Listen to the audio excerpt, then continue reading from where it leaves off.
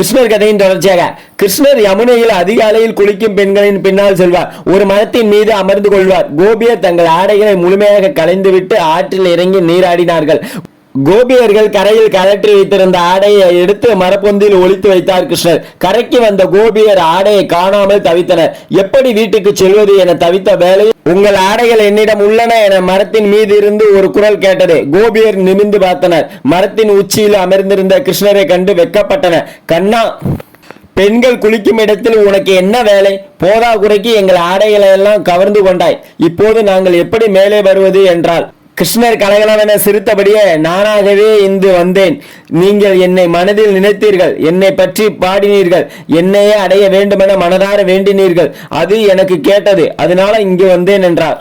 இது நிஜம்தானே? கோபிகளால் அவருக்கு பதிலளிக்க முடியவில்லை. இருந்தாலும் உடைகளை பெறும் பொருட்டு அதற்காக நாங்கள் ஆடைகளை எப்படி மேலே வந்து பெற முடியும்? நீயாக கீழே வைத்துவிட்டு போய்விடு என்றனர்.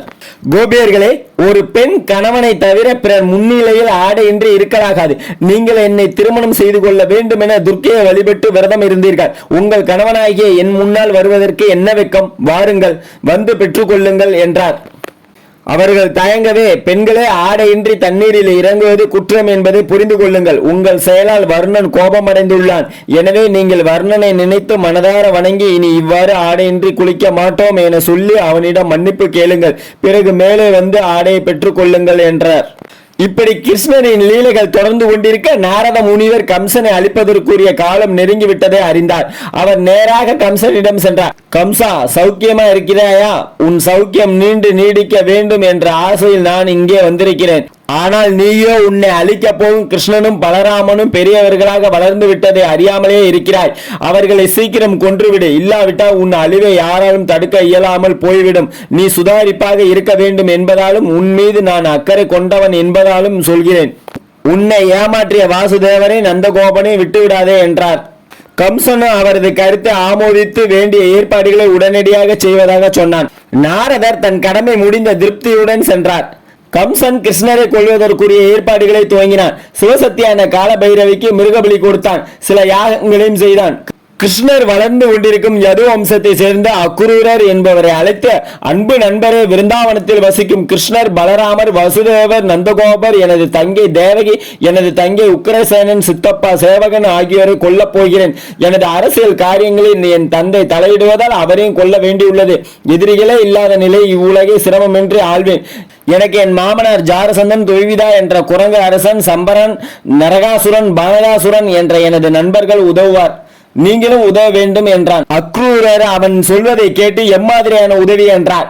அக்ரூரரே, கிருஷ்ண பலராமர்களை இங்கே ஒரு மல்யுத்த போட்டி நடப்பதாக சொல்லி அழைத்து வாருங்கள். அவர்கள் வரும் வழியில் குவாலல பீடம் என்ற யானையை அவிழ்த்து விடுவேன். அது அவர்களை கொல்லும். ஒருவேளை தப்பிவிட்டால் எனது மல்யுத்த வீரர்கள் கொள்வார்கள் என்றான்.